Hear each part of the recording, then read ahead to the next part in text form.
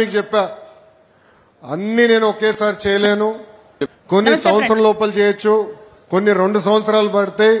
అటవీ భూమి అదేవిధంగా చెరువు ఉంటే అది కొంచెం ఎక్కువ సమయం పడుతుందని ఆనాడే హామీ ఇచ్చిన హామీ మేరకు ఈరోజు నేను గర్వంగా చెప్పుకెళ్తున్నా.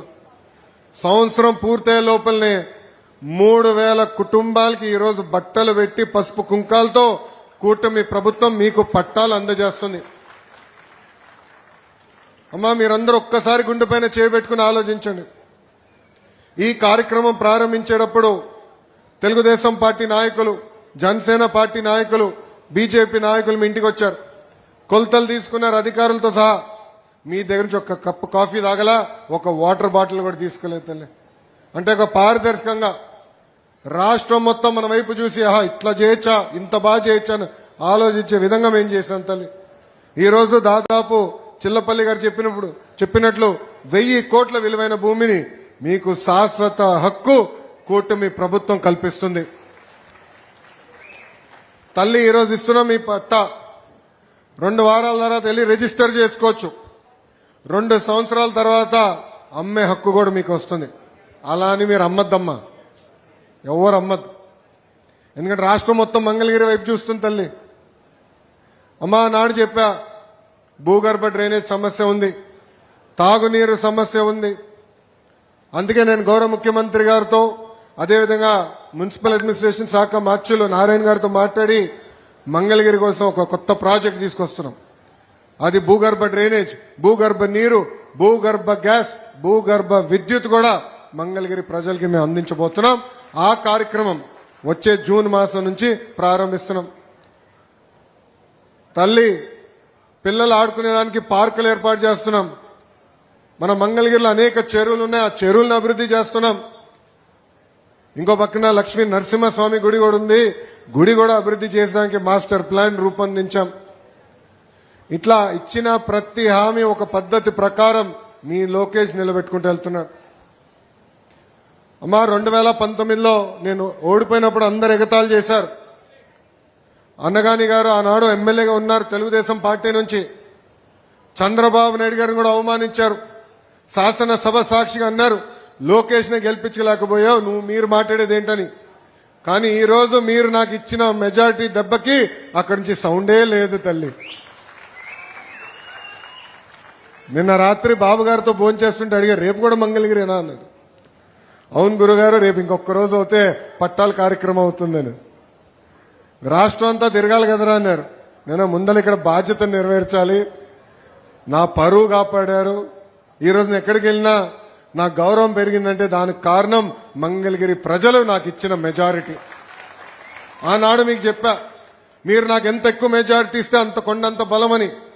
ఈరోజు బాబు గారు కానివ్వండి, మా బోలా శంకరుడు కానివ్వండి, మా పవనన్న గారితో కానివ్వండి, వాళ్ళతో గొడవ చేసి యుద్ధం చేసి పనులు చేయించగలుగుతున్నానంటే దానికి కారణం మీరిచ్చిన మెజారిటీ. మంత్రి గారు చెప్తారు, మంగళగిరి ప్రతిపాదన కేబినెట్కి వస్తే దాంట్లో పెద్ద చర్చ ఉండదు, మంగళగిరి కదా చేసేయండి అంటారు. పొద్దున దుర్గేష్ గారు వచ్చారు హాస్పిటల్ కార్యక్రమానికి, ఆయన కూడా అదన్నారు, మంగళగిరి చేసేయండి అని. దానికి కారణం మీరు నాకు ఇచ్చిన మెజారిటీ తల్లి. అదొక బాధ్యతగా నేను స్వీకరించాను. అహర్నిశలు కష్టపడతా. నా లక్ష్యం ఒకటే, అన్ని రంగాల్లో మంగళగిరి నంబర్ 1లో ఉండాలి తల్లి. అందుకే స్వచ్ఛత తీసుకొని ఈరోజు పెద్ద కార్యక్రమం చేస్తున్నాం. దాదాపు 1000 టన్నుల చెత్త బయటకు వచ్చింది తల్లి మంగళగిరిలో. కాలువల్లో ఉన్న పూడికలు, ప్లాస్టిక్ బాటిల్స్ అవన్నీ తీసాక 1000 టన్నులు వచ్చినాయి. చేస్తాం. కానీ అన్ని రంగాల్లో నంబర్ 1 ఉండాలంటే ప్రజల సహకారం కూడా చాలా చాలా అవసరం ఉంటుంది. మీరు కూడా సహకరించాలి. చెత్త రోడ్డు పైన వేయకూడదు. ఈరోజు మా పారిశుద్ధ్య కార్మికులు చాలా కష్టపడుతున్నారు. ప్రతిరోజు ప్రతి గడప దొక్కి చెత్త మీ దగ్గర నుంచి తీసుకుంటున్నారు. అందుకే దయచేసి చెత్త ఏమైనా వేయాలంటే రోడ్డు పైన కాదు, ఇంట్లో పెట్టుకోండి. పొద్దున మా పారిశుద్ధ్య కార్మికులు వచ్చి మీ దగ్గర చెత్త పట్టుకెళ్తారు. సంవత్సరం నేను ఈ కార్యక్రమం చేస్తా తల్లి. 2వ సంవత్సరం నేను కర్ర పట్టుకుని తిరుగుతా తల్లి. అందరు నవ్వుతున్నారు. కర్ర పట్టుకుని తిరుగుతా. ఎవరిని ఇంటి ముందు చెత్త ఉంటే మీ ఇంట్లోకి వస్తా, మిమ్మల్ని బయటికి తీసుకొచ్చి నేను ఇద్దరం కలిసి చెత్త ఎత్తుతాం. ఎందుకంటే పారదర్శకంగా ఉండాలంటే ప్రజల సహకారం నాకు చాలా అవసరం. ఈరోజు రాజధాని పనులు కూడా అన్ని మొదలైపోతున్నాయి. మంగళగిరికి అద్భుతమైన అవకాశం ఉంది అభివృద్ధి చెందేదానికి. పెద్ద పెద్ద ప్రాజెక్టులు వస్తున్నాయి, అనేక పరిశ్రమలు నేను తీసుకొస్తా, పిల్లలకి ఉద్యోగాలు కల్పిస్తా. కానీ అన్ని సాధించాలంటే మంగళగిరి ప్రజల సహకారం నాకు చాలా అవసరం. స్వచ్ఛత ఒక ఉదాహరణ మాత్రమే. రాబోయే రోజులు అన్ని కార్యక్రమాలు మన భాగస్వామ్యం అవుతాం. ఎక్కడికి వెళ్ళినా మంగళగిరి పేరు వినపడాలి, ఏ కార్యక్రమం చేసినా మంగళగిరి పేరు వినపడాలి. దానికి నేను అహర్నిశలు కష్టపడతా. నాకు మీ సహకారం ఉంటుందని ఆశిస్తూ, గౌరవ అంటే బోలా శంకరుడు అంటాను, ఎందుకంటే చాలా సరదాగా ఉంటారు. కష్టకాలాల్లో తెలుగుదేశం పార్టీకి ఇప్పుడు ముఖ్యమంత్రి, ఆనాడు ప్రతిపక్ష నేతకి చంద్రబాబు నాయుడు గారికి అండగా నిలబడిన వ్యక్తి మా అనగాని సత్యప్రసాద్ గారు. తల్లి ఆ రోజు శాసనసభ సాక్షిగా మా తల్లిని అవమానించినప్పుడు బాబు గారికి అండగా నిలబడింది సత్యన్న. రాజధాని విషయంలో కూడా కౌన్సిల్లో మేము యుద్ధం చేస్తుంటే గ్యాలరీకి బాబు గారు వస్తే ఆయన చుట్టుముట్టేదానికి వైకాపా శాసనసభ్యులు వచ్చారు. మనోడిది భారీ పర్సనాలిటీ కదా, వచ్చి అడ్డంగా నిలబడ్డాడు. నన్ను దాటి వెళ్ళాలరా బాబు గారి దగ్గరికి, మీ తోలు వలుస్తా అని చెప్పిన వ్యక్తి మా అనగాని సత్యప్రసాద్ గారు. రెవెన్యూ మార్చులు ఈ కార్యక్రమం జయప్రదం అయిందంటే, మనం చేయగలుగుతున్నాం అంటే దానికి కారణం ఆయన ప్రోత్సాహం.